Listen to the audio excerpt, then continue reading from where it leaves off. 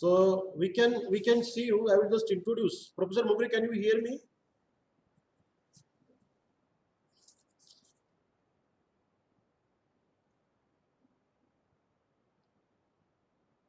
Dr. Mungre, can you hear me?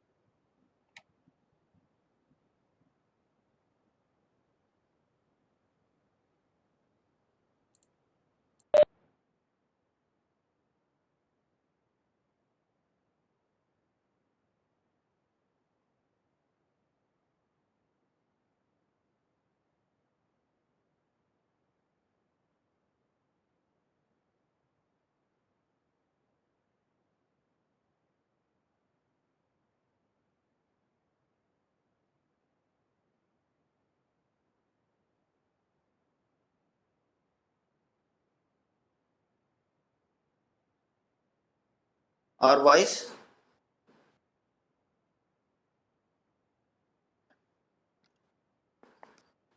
Okay, okay.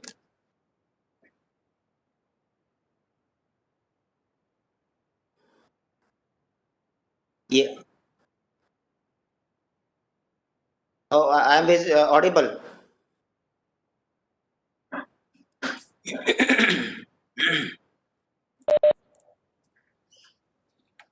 Yeah, now you are audible. Okay. And my video is visible? Yeah, that is also very clearly. Okay, good. So, dear participants, let us start our second session. Our second session is delivered by Dr. Arvind Kumar Mungre. Dr. Arvind Kumar Mungre is an associate professor of Sardar Vallabhbhai National Institute of Technology, Surat. Dr. Arvind Kumar Mungre is going to deliver his talk on applications of nanoparticle in bioelectrical systems for sustainable development. I will just introduce Dr. Mungre to you. Dr. Arvind is a associate professor of chemical engineering department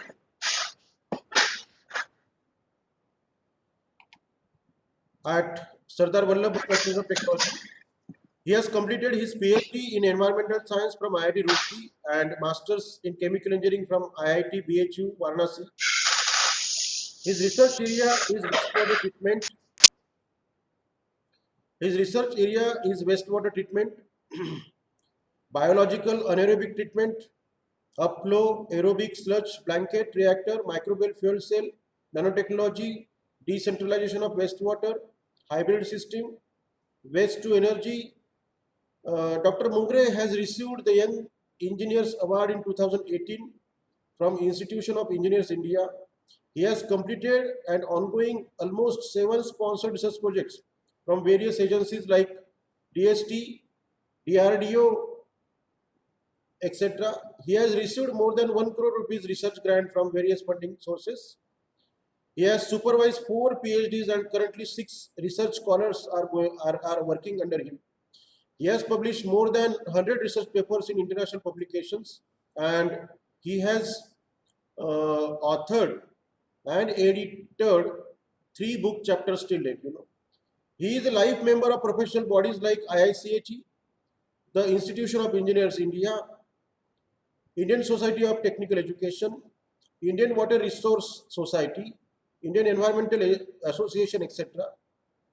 He is a fellow member of FICC, that is International Congress of Chemistry and Environment. He is he is a fellow member of FICC in International Congress of Chemistry and Environment. He is currently a guest editor of the journal uh, Sustainable Energy Technology and Assessment, and it's very reputed journal which is governed by Elsevier. Is having an impact factor more than 4. He has delivered many expert lectures abroad and in India. till date. He is a reviewer of almost more than 50 SCI listed journals of very reputed kind.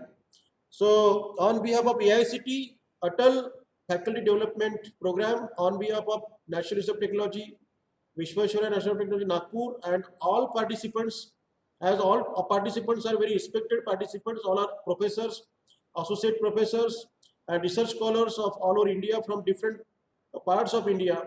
So, on behalf of all, Professor Mundre, let me take this opportunity to request you to start your lecture. The time is yours. You can start your lecture.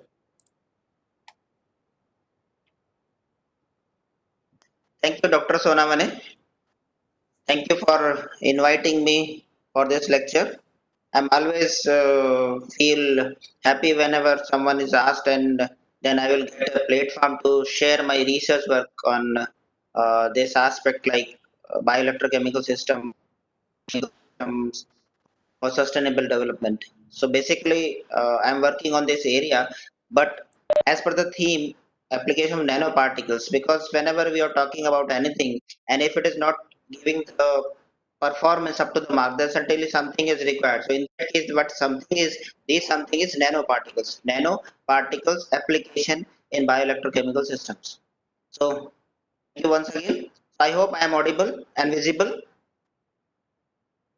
Yeah, you are very much audible and visible also. Hello. Yeah, please proceed.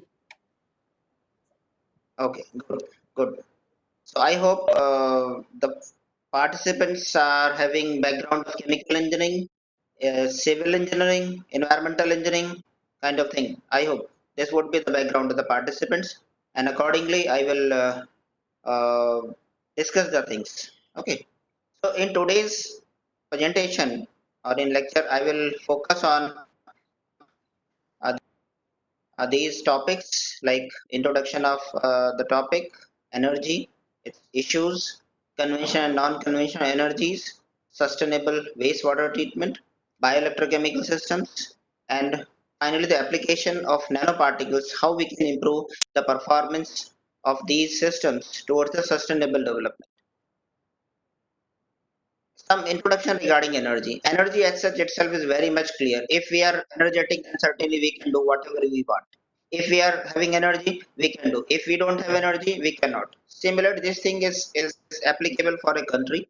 If a country having surplus energy, then certainly the country can do whatever he or it wants. So that is why in simple definitions, it is clearly written that any physical activity in this world, whether carried out by human beings or by nature, is caused due to flow of energy. Energy is required to do any kind of work. Okay, so the work output depends on the energy input. So whatever energy input we are doing, then certainly if there is a lack in energy, then certainly we will not get the desired output. So in that case, we should have a positive energy and sufficient energy. So the capability to do work depends on the amount of energy one can control and utilize.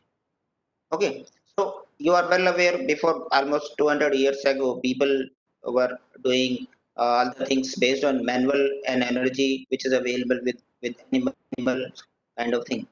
And later on, based on the industrializations and based on other research and development, we got something more than we are using machines. But on the same time, there are some other aspects also. So in that case, energy consumption and standard of living. You can see energy consumption of a nation can be broadly divided into following sectors. We need energy for domestic sectors. We need energy in transportation, agriculture, industrial. So here, if energy is available, then certainly all these sectors will work efficiently. But all of you are well aware of that oil crisis in 1973. After that, pricing of oil were enhanced, and then there was a very demand that certainly we would have something from that we can have our own energy. So in that aspects, we developed some other resources for getting energy. One more thing I want to touch here, energy consumption per capita.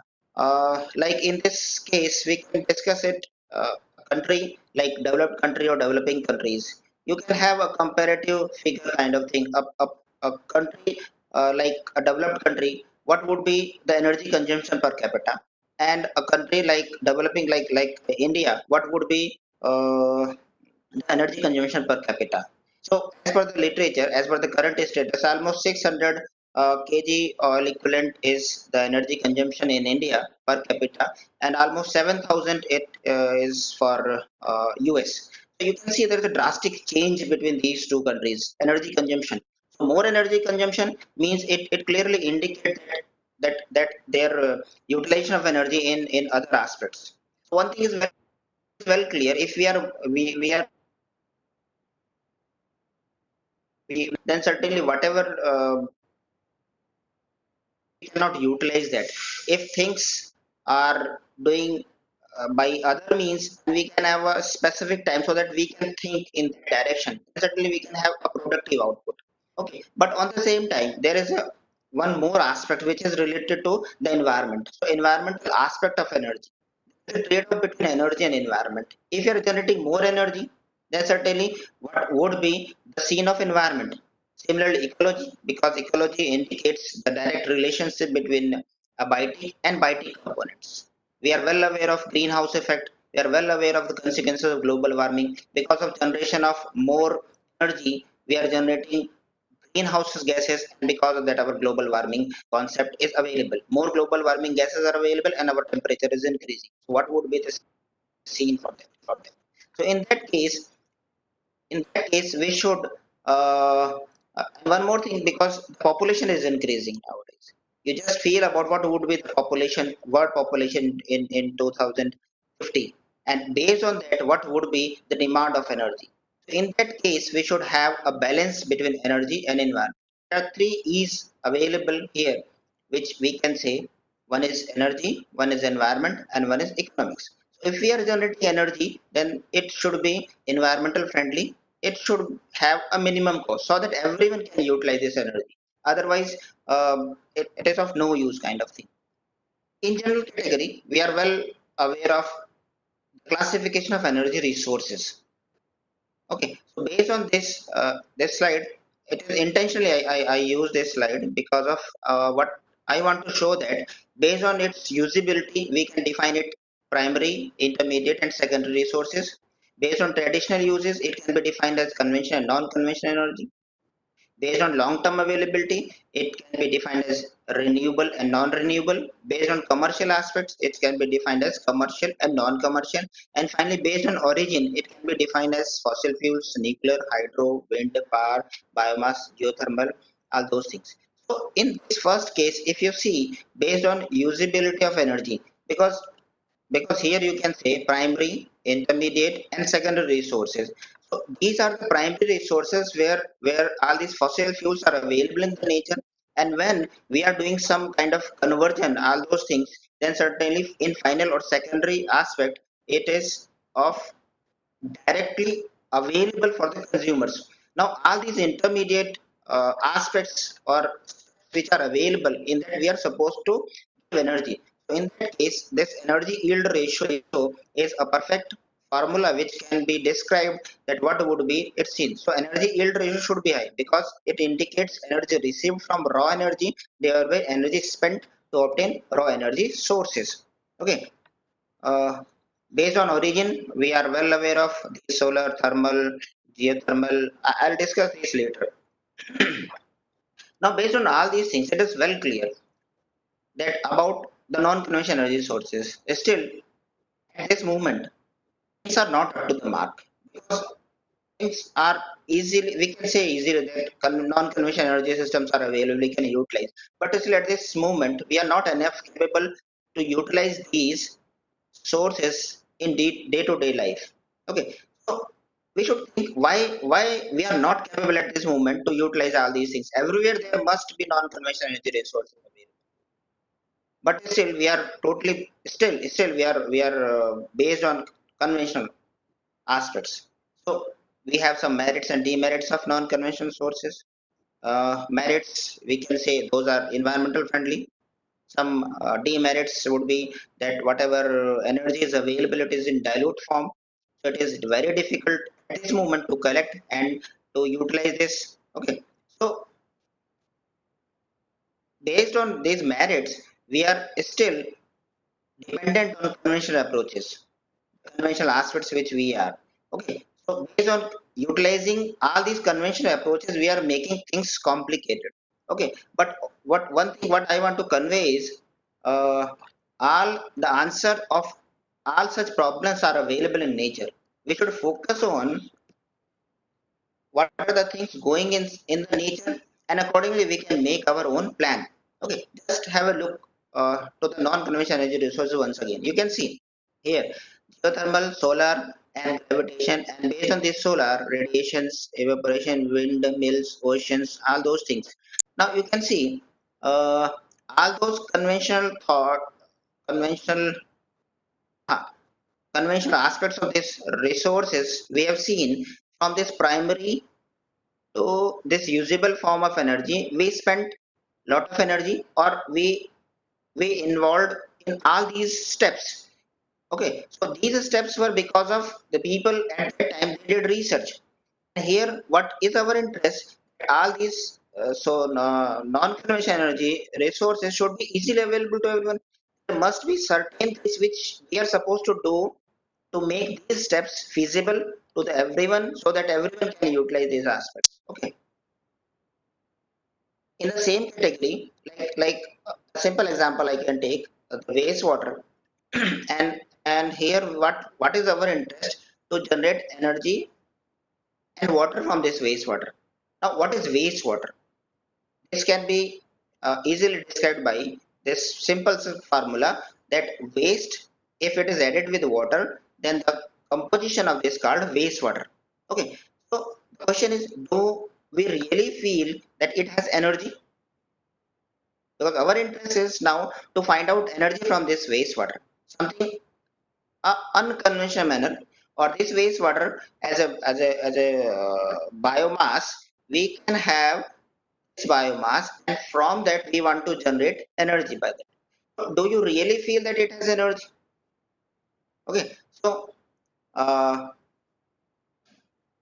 the researchers which are available in these fields are interested to generate energy, but but in current scenario we are investing energy to manage it, but still we are not managing it properly. How? You can see scientists are claiming that energy can be produced by wastewater. I'm talking about domestic wastewater, municipal wastewater, not industrial wastewater. Okay, because when we are talking about industrial wastewater, some other things are involved in that, so later we will talk on, but currently we are focused on domestic wastewater. So if we are generating waste energy from this wastewater, it we have only two options available: anaerobic, and we are using aerobic process for the treatment of this. Okay, also researchers are also trying to generate water from this because of the water shortage available. So wastewater at STP are considered as a source of water, and after treatment it will be sent to municipal corporations.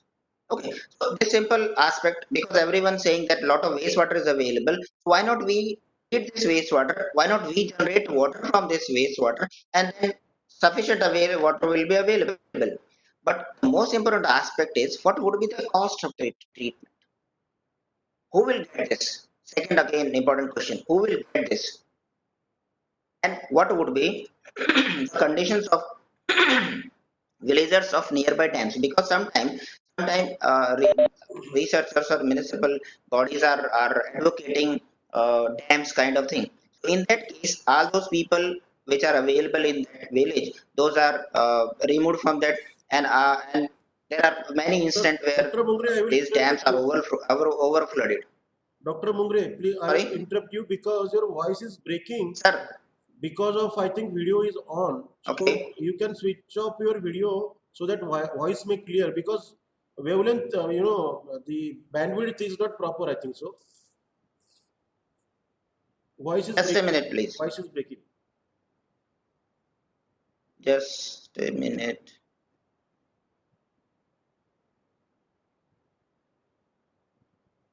Why should not break? Let me see the option.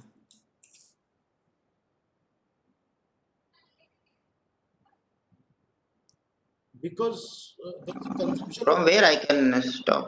There is consumption of net. It may be due to the consumption of net. because your video is on. So you can switch off your video and only switch on your audio. Just a minute.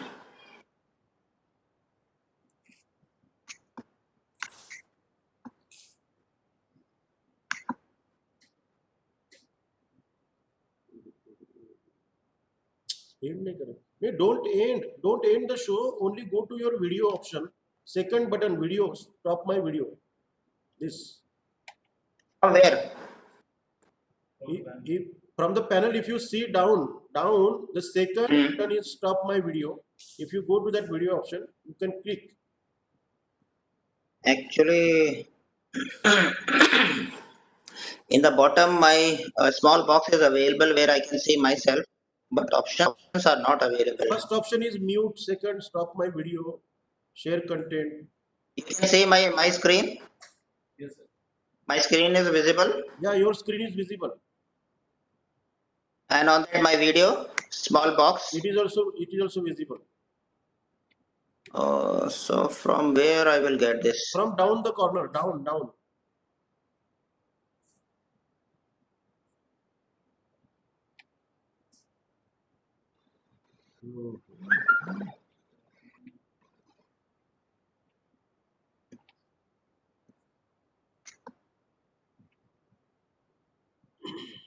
Mirror my video view, change camera setting. No. No, simply if you see your screen,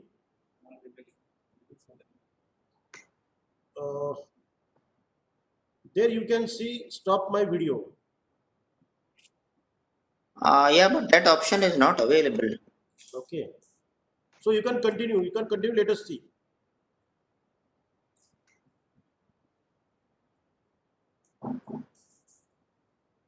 Because only three options are available: mirror my window view, change virtual background, and camera setting. Go to camera setting. Stop my video option. Then camera web, HD web camera, virtual background, no.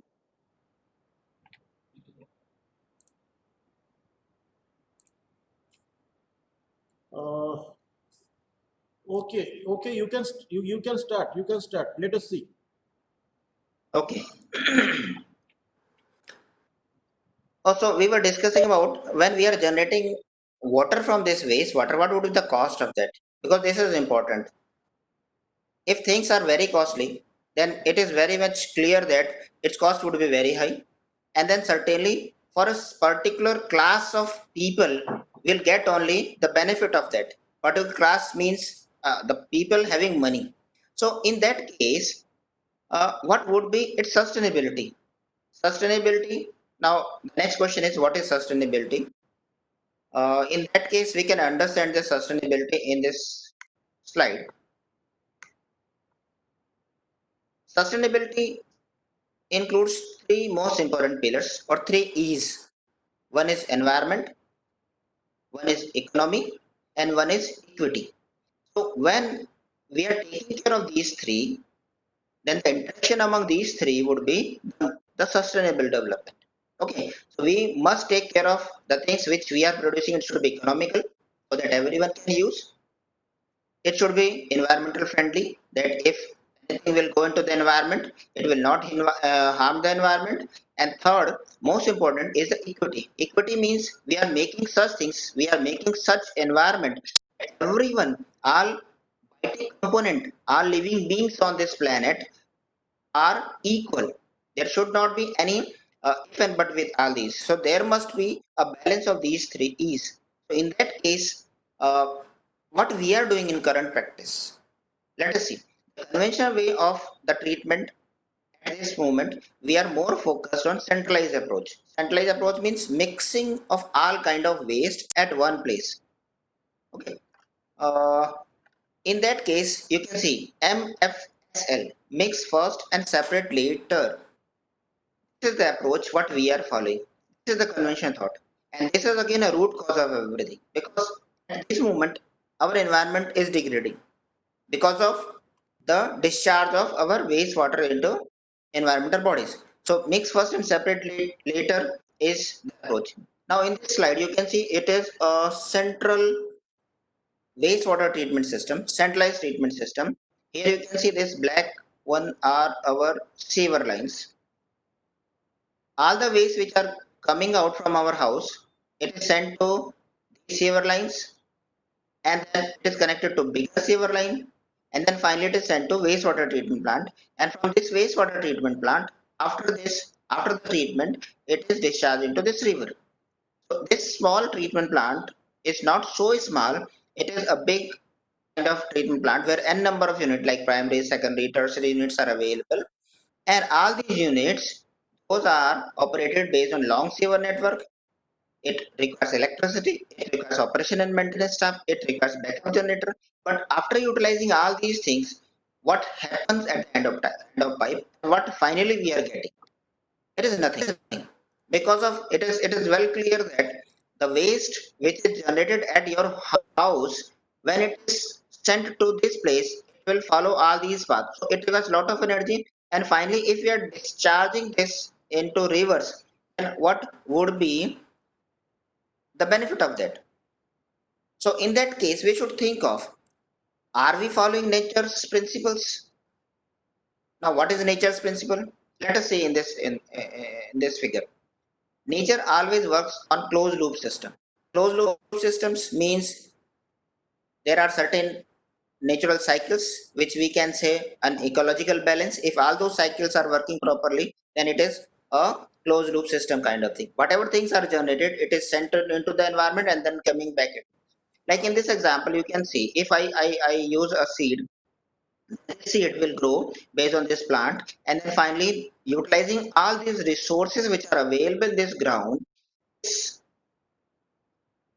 plant will make a tree, and then all the droppings of this tree will again come to this soil, and then it will enrich the nutrient level of this soil.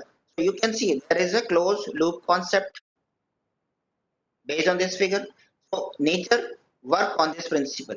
But what we are doing, you can see, we are taking food from this field, we are taking or utilizing these grains. After utilizing, after digesting, we are discharging all those things into this.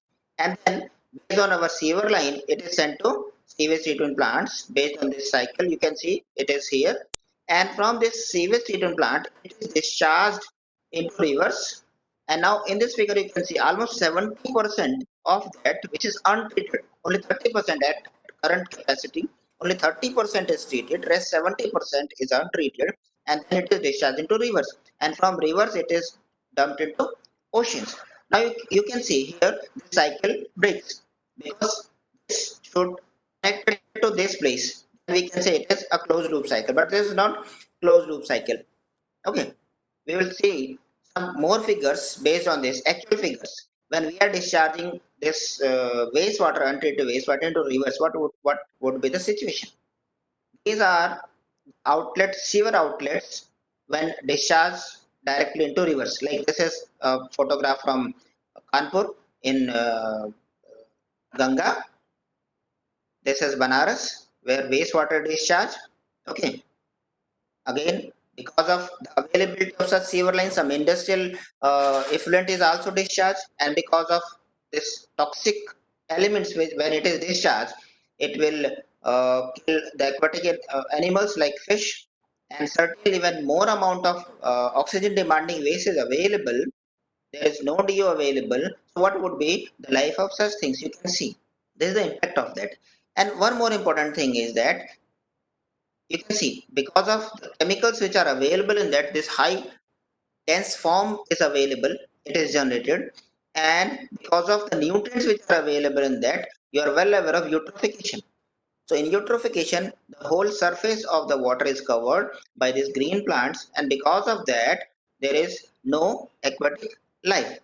Okay, here also based on our convention thoughts, what we are doing, we are enjoying some festivals. Okay, and based on those festivals, you can see quality of these ghats, and after these festivals, the remainings of these things, and certainly this clearly indicates the quality standards of these rivers. Next, you see, uh, a Balandro lake, you see when this wastewater is discharged, dense form is available. What would be the scene of that? Just have a look. This dense form generated at this place, it is coming out to the roads and it will disturb nearby people, how they will go and how and to whom they will complain. Okay. Similarly, in this slide,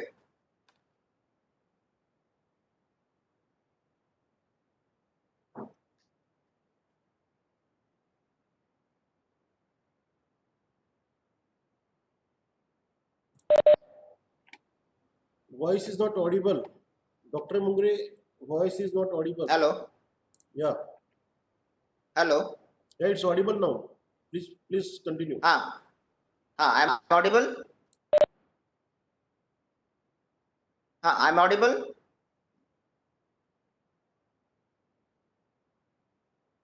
Dr. Sonaman, I'm audible. Yeah, Yes, sir. you are audible. Uh, okay, thank you. Now, in this figure, you have seen that there is a fire on a lake. There is a fire on a lake. Now, this is because of all the activities what human beings are doing. We are discharging all our waste into this river or these kind of nalas, and because of all these things, there is a fire in this lake. Now, what would be the situation of nearby people? You just think of. Okay. Now, in this next slide, we have already seen such photograph that there's water bodies which are preserved by policemen. There was no water, and how people utilize all these things, and then they got this water. And what about the farmers if no water is available? And then finally, all such situations are arised. Okay.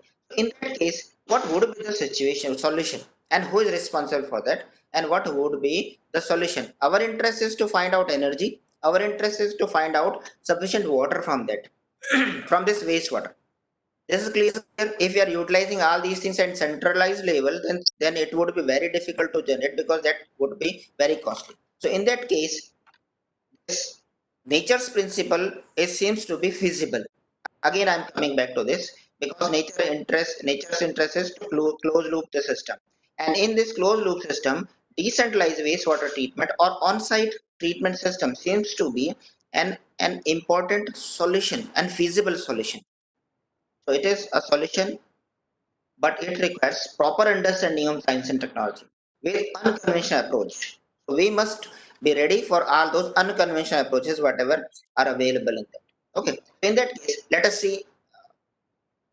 These solutions are very simple because the sewage which is generated our household, it is coming off or it is a mixture of the black water, it is a mixture of this water from kitchen, water from sink, water from this uh, washing machines, and then collectively it is called sewage. Okay, sometimes rainwater is available in that.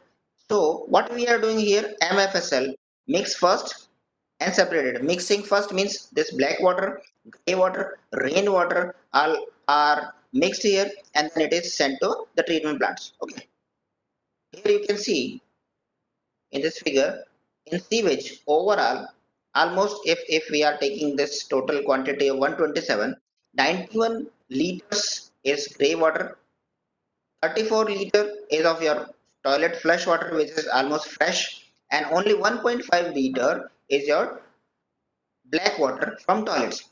Now you are well aware of the level of pollutants which are very high in this 1.5, and because of this 1.5 you are contaminating this fresh water and this grey water.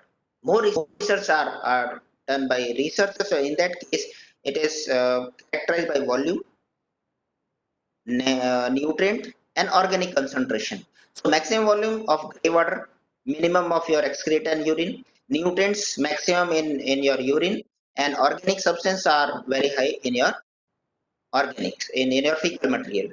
Okay, so in that case it is clearly indicates that we must have separate line, we must decentralize all these things, because if you want to treat, if you want to separate water, fresh water from this, then certainly this is clearly indicate that we must not meet or mix this urine and excreta into this. because based on that our treatment should be very less, the cost would be very less, and it can be easily treated. And here all these things can be separated and can be sent to different lines. Okay, so at this moment it is simple, because now we can think of how we can separate this black water means fecal material, and how we can separate this urine. Okay, so now the systems are available, like such kind of based on this development, such kind of toilets are available in the market. You can utilize where your urine and excreta can be separated and can be utilized in different ways. Now, what would be the motivation for common person? Because the systems, the centralized system which is available to the common man, they are very well happy. If you are insisting such kind of thing, what would be the motivation? The motivation can be said in terms of energy, because we can generate energy by that. We can utilize urine separately, we can utilize excreta separately for energy generation. For that, what are the options available? One thing is very well clear: whatever things we are discharging in the form of excreta and urine, it contains energy. Energy is from this photosynthesis process, because all the food, whatever we are consuming, it is having some energy based on this photosynthesis process, and based on the conversion, incomplete conversion, something is digested and something which is not digested is coming out. So that again contains energy. Okay, we have photosynthesis process, we have aerobic respiration. Based on that, we are consuming all this organic, and we are generating carbon dioxide, and we are generating energy in the form of ATP. Okay, if we are saying degradation, degradation means conversion of higher molecule into simple one, like CN2, C6, C6 to C2, C2 to carbon. If finally it is coming in the form of carbon, then it will go into atmosphere in the form of carbon dioxide or methane. Okay, so how much energy we can extract based on that? You can see this is our reactor. This is human reactor, where we can see all such things are available. So this indicates that whatever food we are consuming, it is coming out from our stomach based on this treatment, and this treatment requires time period. Okay, but at this moment, because of the population is very high, our STPs are highly loaded. So based on that, we are not giving proper HR to the system. So that is why our system is not working properly. Now here we are trying to generate electricity as an energy by this. So how we can generate electricity? So for that, bioelectrochemical systems are seems to be a solution. Now, what is bioelectrochemical system? Bioelectrochemical systems is the movement of electrons during chemical reactions governed by bacteria or microbes. So microbes are capable of converting chemical energy of organic waste into electricity or hydrogen or chemical products. At this moment, based on bioelectrochemical systems, we can generate electricity which is available in the form of chemical forms, and it is converted into electrons, and that electrons which are available in this we can capture based on this mechanism, which is microbial fuel cell. Okay, now microbial fuel cell or bioelectrochemical systems, based on its fundamental, it can be classified in terms of microbial fuel cell. Based on its working, it can be microbial desalination system, it can be osmotic microbial fuel cell, benthic microbial fuel cell, constructive wetland fuel cell. A number of aspects are available based on our interest of generation or requirement of energy. Okay, so I will explain this microbial fuel cell, because this is the main fundamentals of this bioelectrochemical systems. As I told that, let us see its animation. Now, this microbial fuel cell contains two chamber. One is anode chamber, one is cathode chamber. In anode chamber, our wastewater as sewage or gray water or black water, it is inserted into this anode system, and then it is filled based on this. Then we are putting some bacterial cell. This bacterial cell will utilize this wastewater as a substrate. It will generate electrons and electrons and H ions. And here at cathode chamber, we are putting, or it is oxygen or air is purging here. And in between, there is a separator which is called a proton exchange membrane, which can separate these two things. This is anode having perfectly anaerobic. This is cathode aerobic. So this the separator role is to separate all these components from this. And one more aspect is it is also protecting this anaerobic chamber with this oxygen. Okay. So based on all these things, based on the potential difference, these electrons are following this external path, and this H ions following this path, or they will diffuse through this membrane, and oxygen which is supplied externally at this junction producing water. Overall, this water is produced, and we can get the treatment. We can have an electricity through this external circuit, and then our whatever interest we have, we will get this desired output. Okay.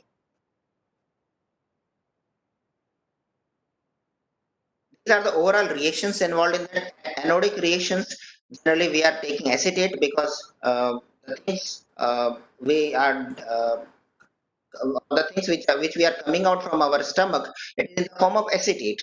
So this acetate, a half cell reaction, it is of almost its potential is almost 0.3 volt, and at cathode oxygen, the maximum theoretical cathode potential is of 0.8, based on this standard hydrogen electrode potential. So based on E cell reaction, E cell equals to E cathode minus E anode.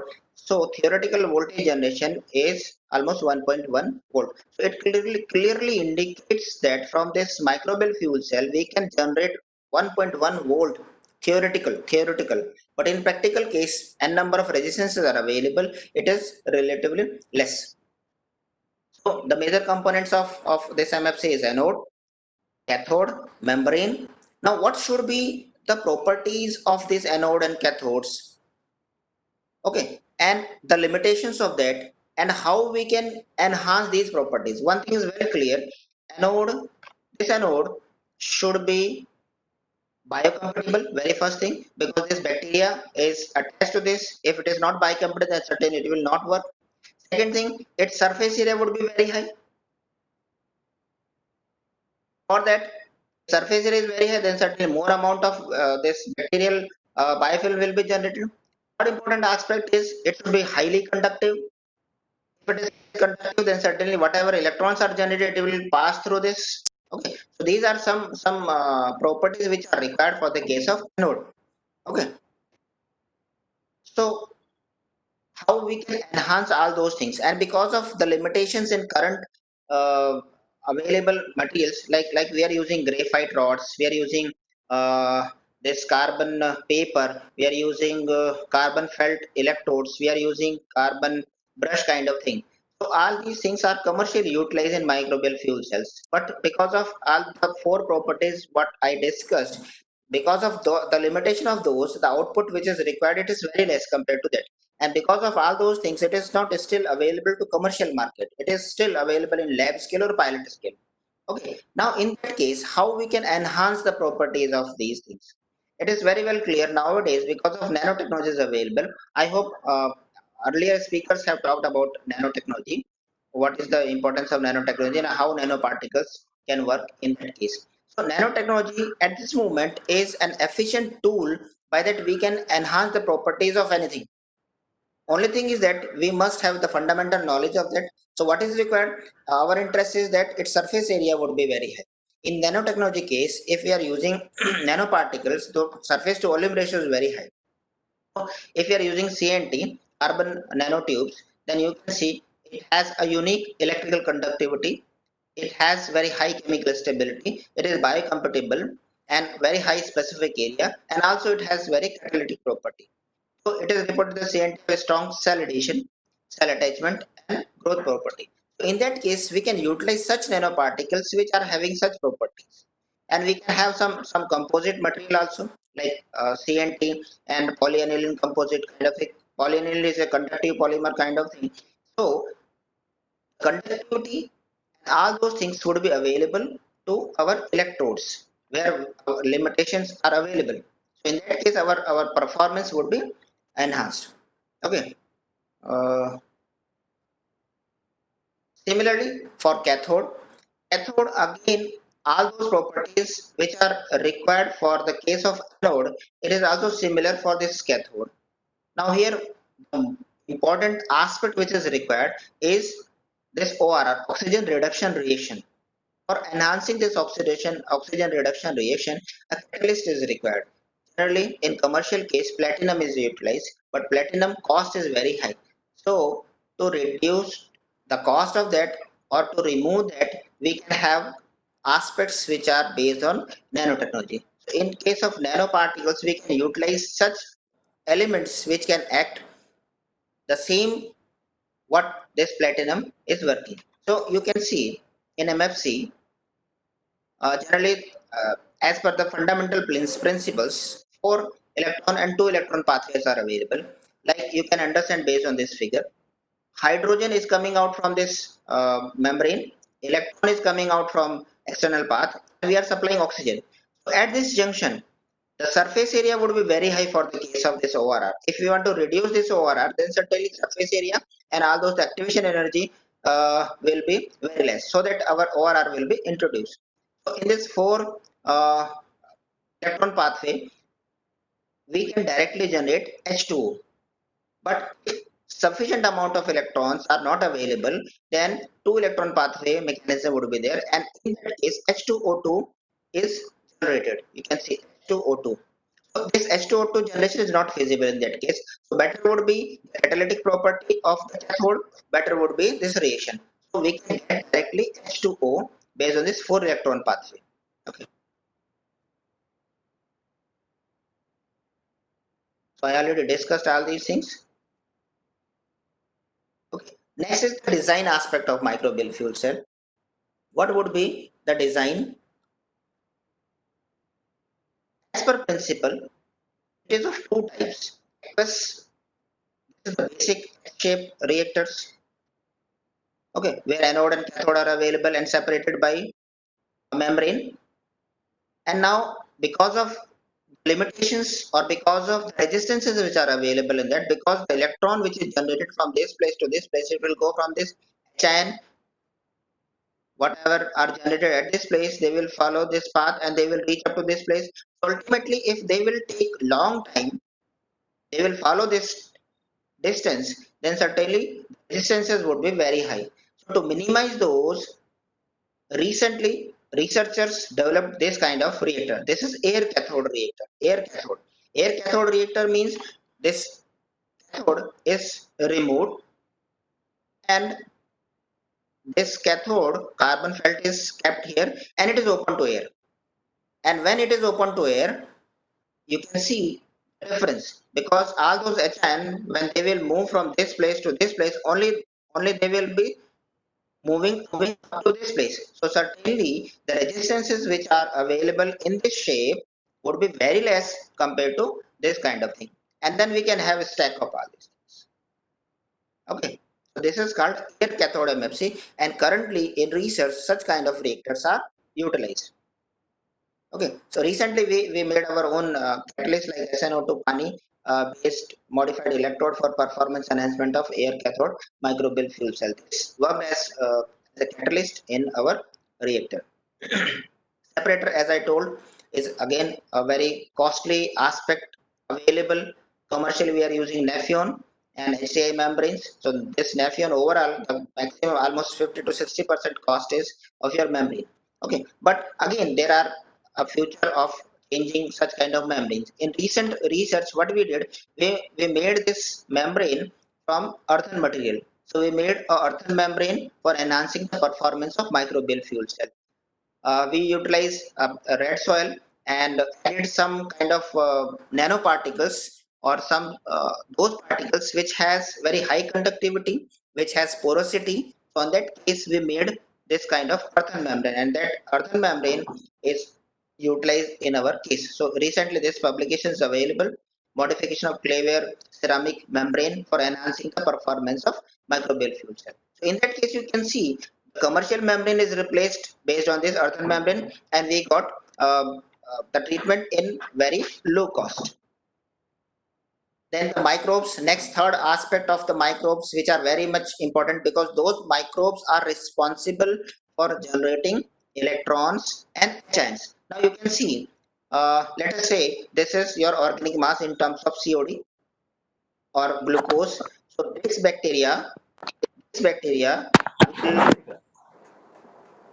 this bacteria will convert this glucose or acetic acid into hydrogen and electrons. Okay, and when these electrons are generated, those electrons are collected at anode. Okay, now there are three aspects involved in that. Three mechanisms are involved in that. One is the direct electron transfer, then second is through nanowires or pili, and third one is mediated electron transfer. Direct electron transfer means the bacteria which is available, this can have a biofilm on the surface of electrode, and electrons which are generated directly conducted towards this electrode and it will follow the external path. If this bacteria have some like kind of thing, like you can say, and it is a little bit far from this electrode, then it will conduct electrons through this villi. So it is called through nanowires. And then third one is mediated electron transfer. Mediated electron transfer means if some mediators are available in the solution and bacteria is far from this electrode, then all those electrons will pass or transported towards this electrode through these mediators. So this oxidation reduction is going on, and because of that it is coming to this anode. So these are the three basic mechanism involved in this. Okay, this is the photograph of this. This is the pili. Because of that, this electron is transferred towards electrode, and these are the mediators, and these mediators are responsible for transporting these electrons towards this anode. In that case, recently one publications came where what we tried, bioelectrochemical behavior of sequentially added catalytic co-culture in microbial fuel cell. We intentionally isolated some bacterial species and sequentially added to see the performance of that. So in that case, it was found that if we utilize those bacterial culture which are responsible and removing all those co-culture which are not responsible for the treatment or for the electricity generation would be very easy for this case. So these are the advantages overall. If we see, we have almost four benefits, like an energy benefit, we can generate direct electricity, no need of variation, low sludge yield, operating stability is very high, self regeneration of microorganism. Once initially we added something and then it will regenerate, good resistance to environmental stress, economics, energy recovery is very feasible, valuable products are available, environmental impacts, water reclamation, low carbon footprint, less sludge generation. Then we worked on electricity generation from acidogenic food waste leachate. What we did in that case, we utilize our food waste from mess, and leachate generated from this food waste leachate, we utilize this microbial fuels, and then we almost generated 1.1 volt almost of this, and we optimize this based on the COD load. So almost 5,000 milligram per liter of COD load, we got these results. Then we did or utilize real textile wastewater blending with domestic wastewater. So idea was that this domestic wastewater has a very limited conductivity, but this real textile wastewater has very high conductivity. But on the same time, its pH is very fluctuating. But domestic wastewater pH is almost stable. So if we have a blending of this, so what would be the scene in there? So we stack two microbial fuel cells and we optimize this mixing ratio of 40% of this mixing ratio, and we got this power density of almost 135 watt per meter cube, and it was also operated based on membrane and without membrane. So in that case, without membrane, it power density was almost 750. You can see it drastically improved based on without membrane kind of thing. So ultimately it was the feature, it is a cross linked microbial fuel cell. Cross linked microbial fuel cell means like if it is your anode, the effluent of this anode is passed through this line and it will go to the input of second microbial fuel cell cathode. Similarly here it will go into this cathode. So it is cross-linked microbial fuel cell. Because of this arrangement, we got maximum power in this case. Recently, we tried also to recover copper material in cathode, because all these cationic elements which are available in cathode, if those are reduced, because electron is available here, if they will reduce, and then certainly those will be stick on the cathode surface, and we got this kind of thing. Next aspect is osmotic microbial fuel cell. Osmotic microbial fuel cell means what we did here. This is microbial fuel cell. This membrane is changed by forward osmosis membrane. Forward osmosis membrane. So here three things are available. One more thing is added in earlier one, because in earlier one there was treatment of wastewater, electricity generation, but in osmotic microbial fuel cell, because of this FO membrane, water is generated, and this water can be recovered, and this water can be utilized for direct applications. Okay, so in our research group we made our own membranes, because again this commercial membrane is costly, but we developed our forward osmosis membrane, and it is sent for patent. You can see day after tomorrow Dr. Alka Mungre will elaborate all these things. She made this membrane and she will tell the details. Then we worked on benthic microbial fuel cell. Now, what is benthic? Benthic zone is the zone or the lowest zone of the oceans where sediment is available. Okay. Now you can see this is the ocean figure. In this benthic zone, organic elements are available, or the waste which is discharged, it is settled here, or the organic or the animals after their death, they are settled down. So huge amount of organic is available at this place. So researchers thought that, are we not able to generate electricity at this point? So in that case we also did something. So this is the benthic zone of oceans. uh, just have a look of this benthic zone. Researchers are trying to find out the solution to clean this benthic zone, because lot of waste material is stacked nowadays,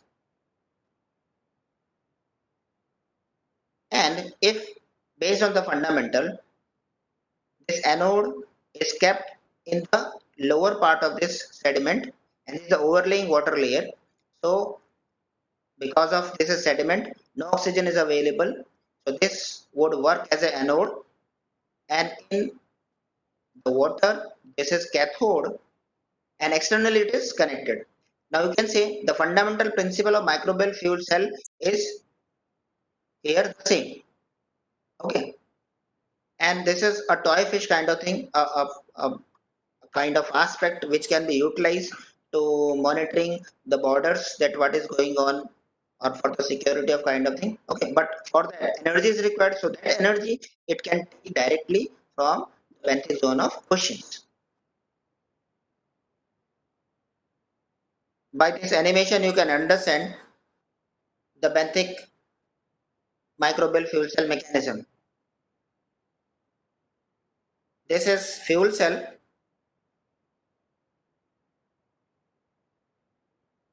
Okay, now if you compare this with the microbial fuel cell, if you compare this with microbial fuel cell, it has very limited things to control that, because the environment is not in our control. Dissolved oxygen, pH, organic element are not in our control. Only thing is that material of electrodes, the design of electrodes, the design of microbial fuel cell is our control. Okay, so based on all these things, we proposed uh, a project to DRDO, and we got this project application of benthic microbial fuel cell for powering naval sensors. We proposed these four objectives: design of electrodes for their stability and conductivity, role of catalyst for effective conversion, because catalyst is required, design architecture, what would be designed so that effectively we can generate power, and finally effective power management system. Power management system means an external hardware system kind of thing, which can store the generated amount of energy, and which can continuously give to the load or to the sensor. Okay, so in that case we worked on all these four aspects. and we tried to get the sediments from the oceans. It was a little bit difficult to get that sediment, but finally we completed this project, and we evaluated like in all these aspects. We got publications. You can see those publications based on the objective evaluation of the effect of position and configuration of electrode in multi-electrode benthic microbial fuel cell. Like you can see, all such things are developed: electrodes in vertical arrangement, electrodes in horizontal arrangement, or the difference between a single electrode and multiple electrode arrangement kind of thing. And for all that, a single cathode unit was there. So all such things were discussed, and we published all such things into such publications, like evaluations of the effect of position and configuration of electrode in benthic microbial fuel cells, effect of geometrical position of multi-anode system in power output, and nutritional variations in benthic microbial fuel cells, and comparison of different electrodes, because what should be the best material in benthic zone, because the environment is very corrosive. So what should be the perfect material for this? So we tried with carbon cloth, we tried with carbon cloth coated with pani, a conducting polymer, we tried with graphite, grooved graphite, we tried with grooved graphite with pani kind of thing, and we got the better opportunity for carbon cloth kind of thing with pani. Then we developed some catalyst. So in that case, cerium oxide act as a catalyst for that. A catalyst is kind of substance which can reduce the activation energy, so that reaction can be easily occurred. So in that case, cerium, the reaction rate shows the transformation of cerium plus 4 to cerium plus 3, and because of the changing in oxidation state to cerium plus 4 to cerium plus 3, is as a catalyst. You can see based on this figure, electrons which are produced by this bacteria, the cerium oxide takes, and it is converted to cerium plus 3. Then very on the same instant, it convert or it transfer this electron towards this anode, and then again coming back to cerium plus 4. So because of this catalyst, activation energy is reduced, and because of that, the distances which are available in transferring of this electron towards this anode, those are reduced, and ultimately we got better power. Okay, so all such publications based on all these principles are available in these publications. If your interest, you can see all those publications. Effect of cerium oxide nanoparticles coating on the electrodes on in benthic microbial fuel cell. Performance enhancement of benthic microbial fuel cells by cerium coated electrodes. Okay, then we made such electrodes, and we optimized that what would be the best electrode material. Okay. So performance of polypyrrole coated metal oxide composite electrodes for benthic microbial fuels. Again, the same thing is applicable here to maintain the stability, to maintain the properties, desired properties. We coated with nanoparticles, and those nanoparticles must be stable in such conditions in benthic zones. And finally, we propose this design to DRDO.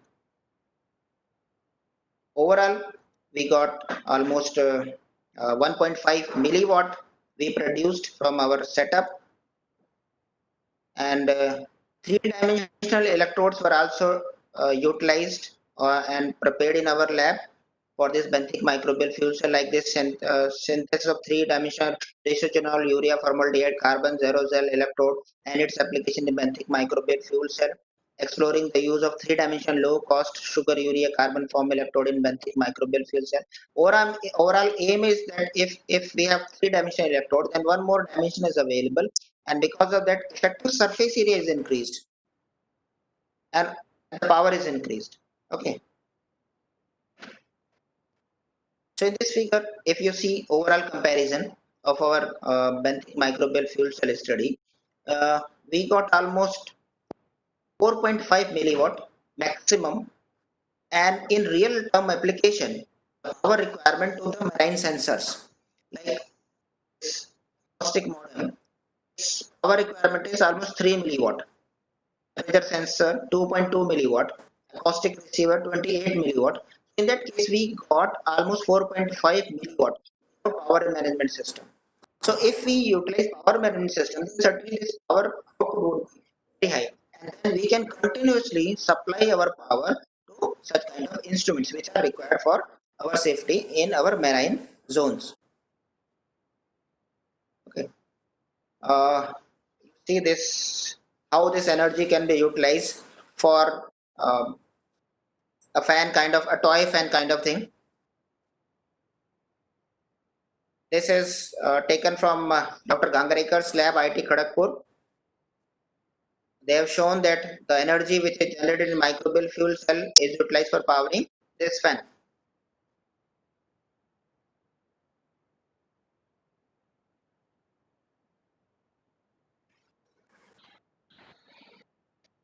The next important aspect is recovery of resources from urine by using forward osmosis and osmotic microbial fuel cell. Now you see urine treatment for energy production or nutrient recovery. If we want to recover all these things, we must be aware of microbiology, we must be aware of substrate chemistry, we must be aware of electrochemical reactions. And based on that, we can generate nutrient and we can generate energy. So on very first reaction, when we talk about urine, that this is our reaction. So what is urine? Urine is a waste product that is produced by the kidneys in their process of cleaning the blood and is made up of water and dissolved waste products. So urine is a waste, we should think, or it is a valuable product. As per the literature, you see human urine is an interesting substrate containing a wide range of organics and nutrients. And because of this urine, it's calculated that human urine is responsible for 10% of total chemical oxygen demand, means the organic substance, 75% of total nitrogen, 50% of phosphorus. Means if we are discharging this nutrient with severe network, then certainly it will generate organic load, it will generate eutrophication because of this nitrogen and phosphorus. So this indicates there is an ample opportunity if we separate urine, recovery of nutrients will be more efficient coming from a more concentrated wastewater kind of thing. As per the literature, it is well written that conductivity is very high. Conductivity is almost greater than 20 millisiemens per centimeter. It reduces the internal loss of electrochemical system. In microbial fuel cell system, you have seen that the electrolyte which is filled, like it is a wastewater or any kind of electrolyte, its conductivity should be very high. If conductivity is very high, then certainly the resistances available will be reduced. Thoroughly, if we see this urine, almost 93 to 96% water is available in that. Only 4 to 7% of all such elements are available. And because of this 4 to 7%, we are not using this urine, we are discharging it with our sewage network and finally generating problems. But if we are able to generate resources from this, then certainly we can generate electricity, generate nitrogen and phosphorus recovery. All such things are available in literature, like elements which are found in that almost 14 to 18% nitrogen, 13% carbon, 3% 7% phosphorus, 3.7% potassium. So here, as in this figure previously we have seen, this black water which is coming out from toilet is separated, urine is separated separately, and this black water is separated, means excrete is separated. So here our interest is urine, yellow line. Recently, in previous month, this publication is available. You can see this publication, technology for recovery of nutrients, water and energy from human urine review. So in this case, whatever available technologies are available till date, all those are reviewed, and we try to give an appropriate solution or feasible solution. By that we can utilize this urine and we can generate water and resources like nutrients. Okay. As for example, if you see a single person, one person average person generate almost 1 liter per day of urine, 1 liter per day. And in that, if we have nitrogen, phosphorus, potassium, almost 10 to 12 gram per liter of nitrogen in this, 0.5 to 1 gram per liter of this, 1 to 2 gram per liter of this, almost 95 gram 100 ml of this is water. And if we multiply it with the total population of India, almost 1.36 billion, then per day, almost 5.87 million tons of nitrogen, this million tons of phosphorus, this million tons of potassium, and this million liter of water is available daily. But what we are doing, we are discharging all such things directly into rivers and creating problems. So transfer of urine to agricultural lands, because of the availability of all these nutrients, it is suggested that we should directly transfer this urine to agricultural lands. It's okay. Okay, but what about its cost? Because when you talk about the transfer of this urine, because it contains almost 96% of water. So the first question is the transportation cost, because the water has very high volume, and because of that its transportation cost would be very. So that would be to treat this urine at the point itself where it is generated, you remove the water from that, you utilize that water for other applications, and all those nutrients which are recovered at this place can be utilized at agricultural lands. Okay, so the question is how about to recover this nutrients energy from this. Okay, for that we are supposed to understand the chemistry involved in that.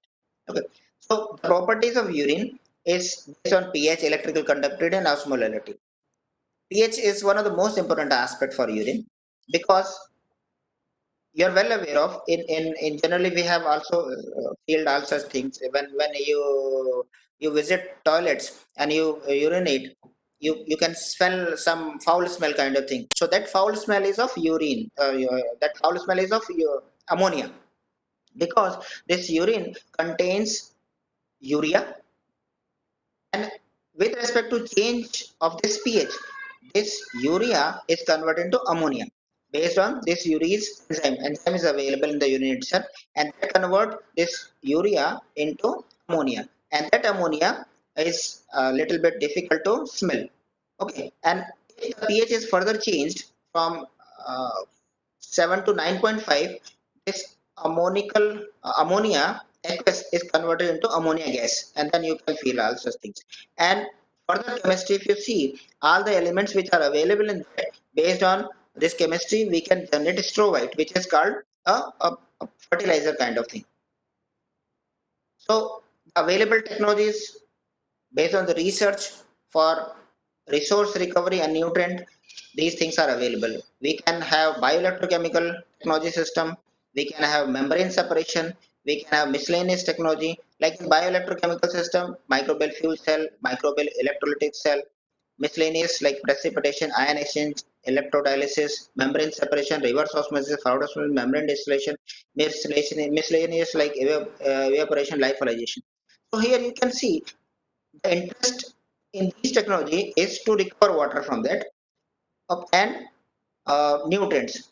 In membrane separation, we can only get water from that, but the concentration of all those nutrients is a little bit difficult to recover. We compared based on their performance, and finally, membrane distillation and microbial fuel cell. If we have a combination of these two, among all the technologies available, then certainly we can have a feasible solution for nutrient recovery, heavy metal recovery, and sufficient energy which is available in that. Okay, so in our lab, we also tried some research kind of study, and we developed a novel reactor kind of thing, which is sent for patent, and we compare with the conventional reactor. So conventional reactor is S-shaped reactor, and our reactor is vertical upward flow reactor. The design is changed. That reactor is not available intentionally, and we try to find out water flux. So continuously, water flux is more better compared to S-shaped reactor. You can see the water flux is almost 2.7 lmh, and in this H shape it is less compared to that. And the physiochemical properties what we got from this is for drinking water, like TDS of the drinking water is almost 185, pH is 7, and this is the treated water by our system. The water, treated water having TDS of 111 ppm and pH of almost 8.66, and its conductivity is 0.2 millisiemen per centimeter. This was the urine which was collected from a station, nearby station, and that urine is treated by our system, and finally this water is recovered from the system. So you can say if it is compared with IS standards or drinking water standards, this is the RO water available in the department, and these are the standards. So pH of this recovered water is 8.39, pH of this is 7, electrical conductivity this, TDS value is this, almost comparable, and as per the standard it is almost 500 milligram per liter. So based on all these aspects, it is a drinkable kind of water available. So things are possible.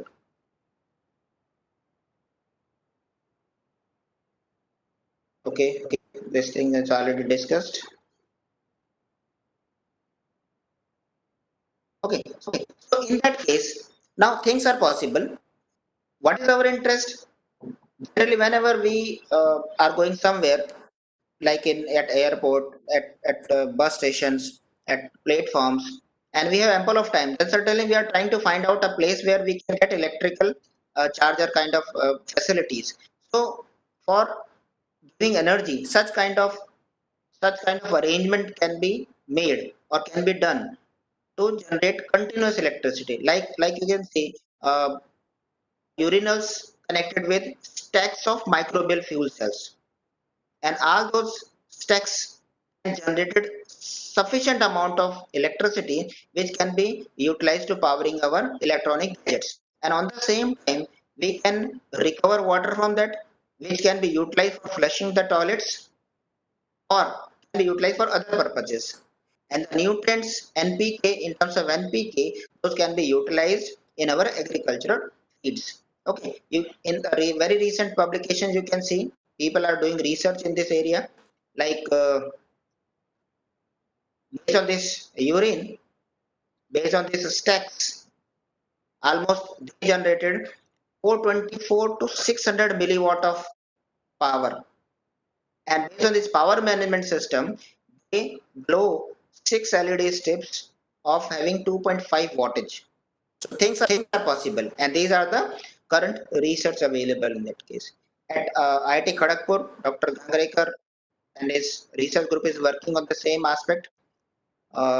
This kind of reactors are available. This is a septic tank kind of thing with microbial fuel cell.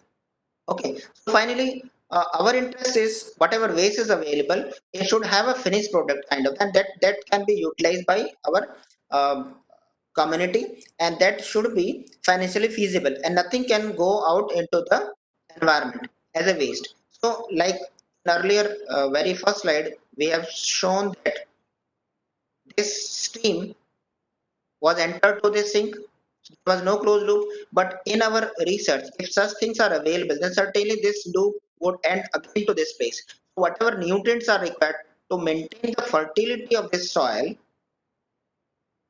they will come to this, and again it will go to this place. So there would be a closed loop system. If it is a closed loop system, then certainly it would be a sustainable kind of thing.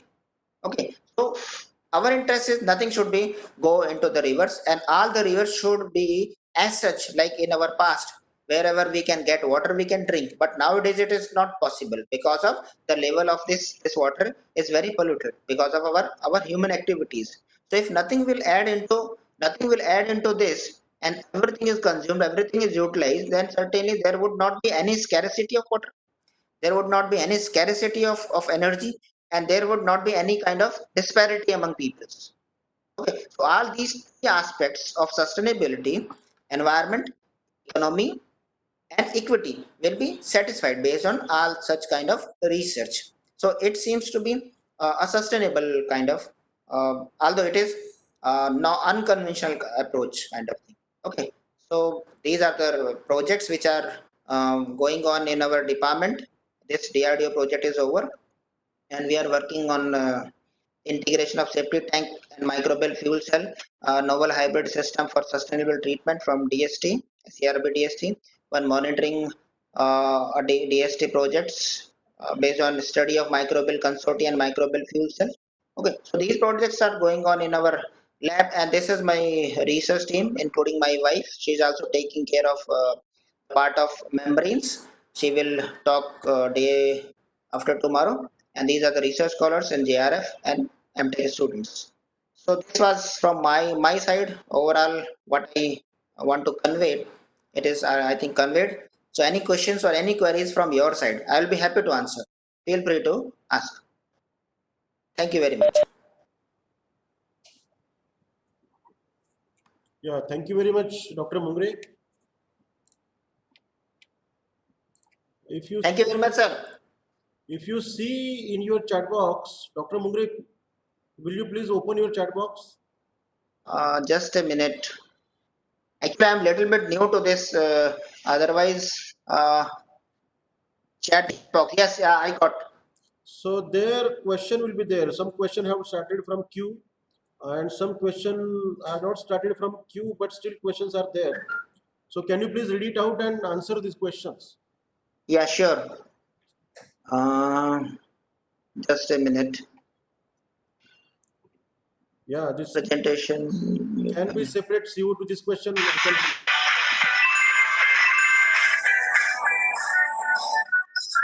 Just a minute. Can a common man utilize any of the technique in day-to-day life for domestic purpose? yeah. This was the question. Yes, great. A common man cannot do all such things because for a common man, only thing is that we people who know the fundamentals, Now you can who know on the your things. video. Now you can on your video. This is I'm not audible. Now you Hello. can switch on your video. Okay, okay, okay. Just a minute.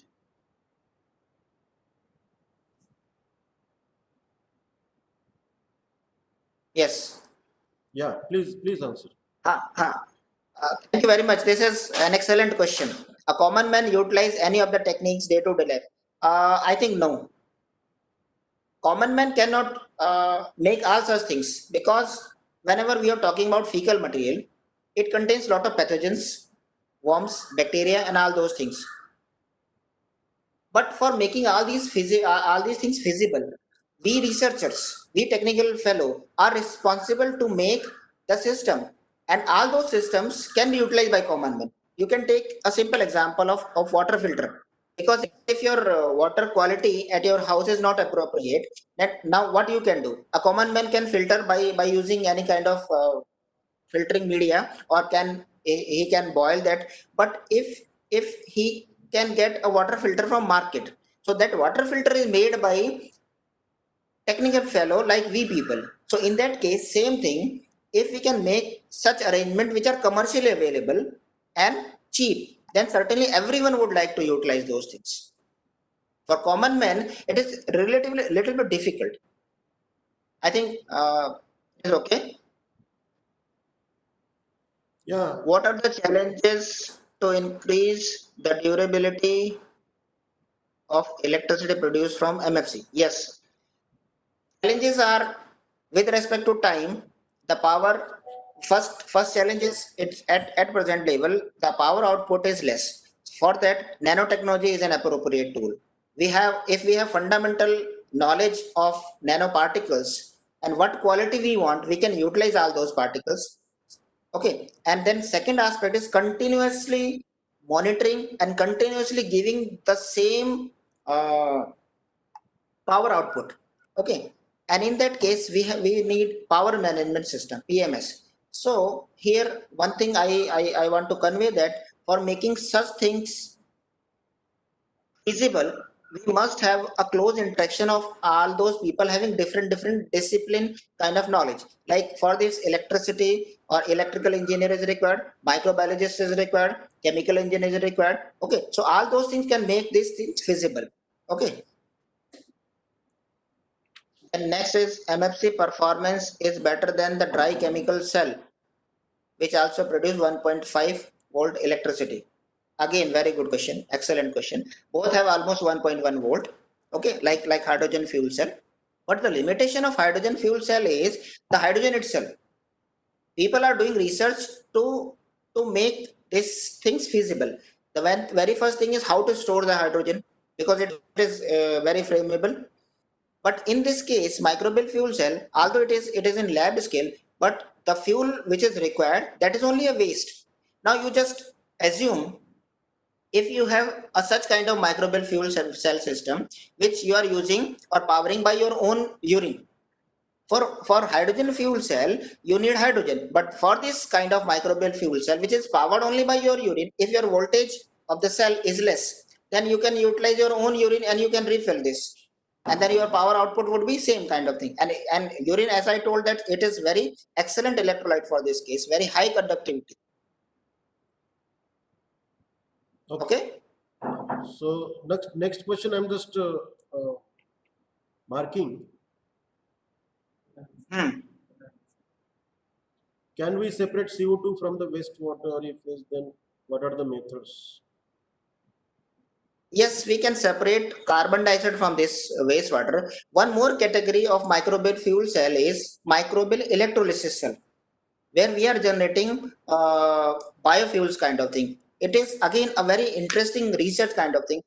Maybe everyone are well aware of refineries, but if I talk biorefineries, so this is that aspect, biorefineries, because this carbon dioxide which is generated in anode section, although in this current design system, based on the effluent, this carbon dioxide is coming out, but our interest is whatever carbon dioxide is generated, it can be utilized further. So in the novel some kind of research, this carbon dioxide is transferred in cathode section, and that cathode section is that place where we can generate all these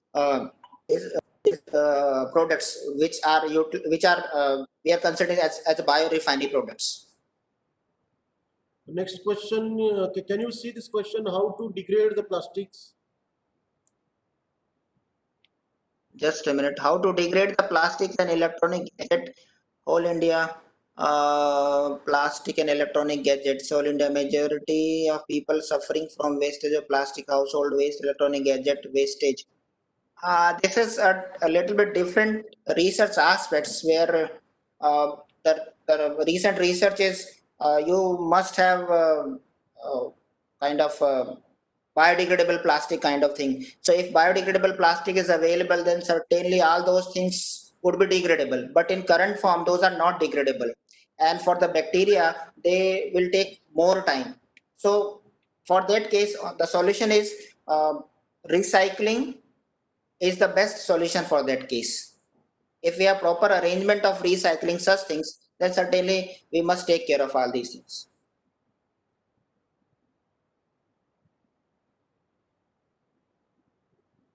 Can I take next question? Yeah, please.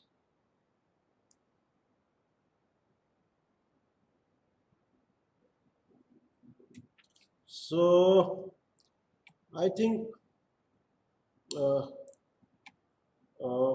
Professor Mungre, all the Sir, questions have finished, and the presentation was very interesting and very thank fruitful you. to all the participants. Participants are also, I think, messaged that very informative session. It was an insightful and informative presentation, and very good feedback they have given. So I must thank you for sharing your knowledge at this platform of AICT Atal, associated with VNIT, and uh, we have a long association, you know. So thank you very much, Dr. Mungre, for joining this and sharing your knowledge at our platform. Thank you very much. Thank you, dear participants. Thank you very much, Dr. Sonavane. Just a announcement. Yeah, please, Hello. please. For participants, as you have seen that these research is going on in my lab, I need some motivated research students who are highly motivated in this case. Then certainly I can do a lot of things. Okay. So if anyone is interested in doing PhD, then you can contact me. Okay. Okay. So thank you very much to everyone. Thank you very much, Dr. Sonavane. Thank you, Dr. Mungre. Okay. Thank you. Can I leave? Yeah, please. Thank you very much.